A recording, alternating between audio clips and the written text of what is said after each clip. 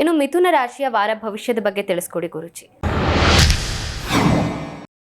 ಮೃಗಶಿರ ನಕ್ಷತ್ರ, ಪುನರಸು ನಕ್ಷತ್ರ ಹಾಗೂ ಆರಿದ್ರಾ ನಕ್ಷತ್ರಕ್ಕೆ ಮಿಥುನ ರಾಶಿ ಬರುತ್ತೆ. ಮಿಥುನ ರಾಶಿಯ ಅಧಿಪತಿ ಆಗಿರ್ತಕ್ಕಂಥನು ಬುಧ.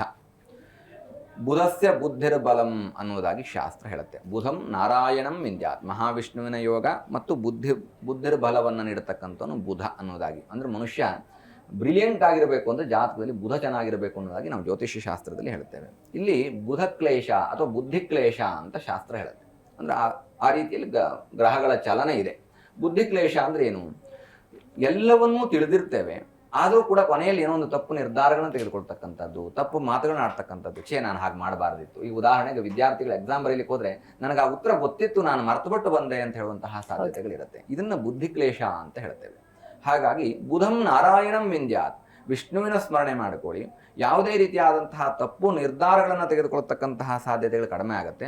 ಮತ್ತು ಸಕಾಲಕ್ಕೆ ಏನು ಜ್ಞಾನ ವೃದ್ಧಿಯಾಗಬೇಕು ಅದು ಎಲ್ಲ ಗೊತ್ತಿರುತ್ತೆ, ಓದಿರ್ತಾರೆ ಅಥವಾ ನೆನಪಿರುತ್ತೆ, ಆ ಸಂದರ್ಭದಲ್ಲಿ ಮರ್ತು ಬಿಡ್ತಾರೆ ಅನ್ನುವಂತಹ ತೊಂದರೆಗಳಿದ್ರೆ ಇದೆಲ್ಲವೂ ದೂರವಾಗುತ್ತೆ. ಯಾರಿಂದ? ನಾರಾಯಣನಿಂದ, ಮಹಾವಿಷ್ಣುವಿನಿಂದ. ಮಹಾವಿಷ್ಣುವಿನ ಅನುಗ್ರಹ ಅಥವಾ ಆರಾಧನೆ ಮಾಡಿಕೊಂಡು ಭಗವಂತನ ಅನುಗ್ರಹ ಪ್ರಾಪ್ತ ಮಾಡಿಕೊಂಡ್ರೆ ಹೇಗೆ ಅನುಗ್ರಹ ಪ್ರಾಪ್ತ ಮಾಡಿಕೊಳ್ಳೋದು?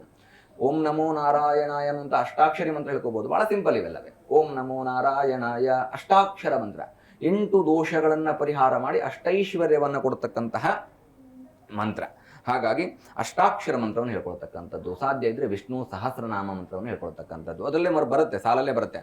ಕಿಂ ಜಪನ್ಮುಚ್ಯತೆ ಜನ್ಮ ಸಂಸಾರ ಬಂಧನಾತ್. ಯಾವ ಜಪವನ್ನು ಮಾಡಬೇಕು ನಾನು ಜನ್ಮ ಸಂಸಾರ ಬಂಧನದಿಂದ ಆಚೆ ಬರಲಿಕ್ಕೆ ಎನ್ನುವುದಾಗಿ ಕೇಳುತ್ತೆ ಶಾಸ್ತ್ರ. ಆವಾಗ ಅದರಲ್ಲಿ ಉಲ್ಲೇಖ ಮಾಡಿದ್ದಾರೆ. ಭೀಷ್ಮಾಚಾರ್ಯರು ರಚನೆ ಮಾಡಿದ್ದು ನೋಡಿ, ಭೀಷ್ಮ ಜಯಂತಿ ಎನ್ನುವುದಾಗಿ ಮುಂದಿನ ವಾರದಲ್ಲಿ ಬರುತ್ತೆ ಇದು. ಹಾಗಾಗಿ ಈ ಕಿಂ ಜಪನ್ ಮುಚ್ಚತೆ ಜಂತುರ್ ಜನ್ಮ ಸಂಸಾರ ಬಂಧನಾತ್, ಯಾವ ಜಪವನ್ನು ಮಾಡಬೇಕು? ಓಂ ನಮೋ ನಾರಾಯಣಾಯ, ಮಹಾವಿಷ್ಣುವಿನ ಸ್ಮರಣೆ ಮಾಡಿಕೊಂಡ್ರೆ ಎಲ್ಲ ರೀತಿಯಾದಂತಹ ಬುದ್ಧಿ ಕ್ಲೇಶಗಳು ದೂರವಾಗುತ್ತೆ, ಉತ್ತಮವಾದಂತಹ ಬುದ್ಧಿ ಪ್ರಾಪ್ತವಾಗುತ್ತೆ. ಜಿ ಕನ್ನಡ ನ್ಯೂಸ್ ಈಗ ನಿಮ್ಮ ಮನೆಯಲ್ಲೇ ನೋಡಿ. ಎಲ್ಲ ಕೇಬಲ್ಗಳಲ್ಲಿ ಈಗ ಲಭ್ಯ.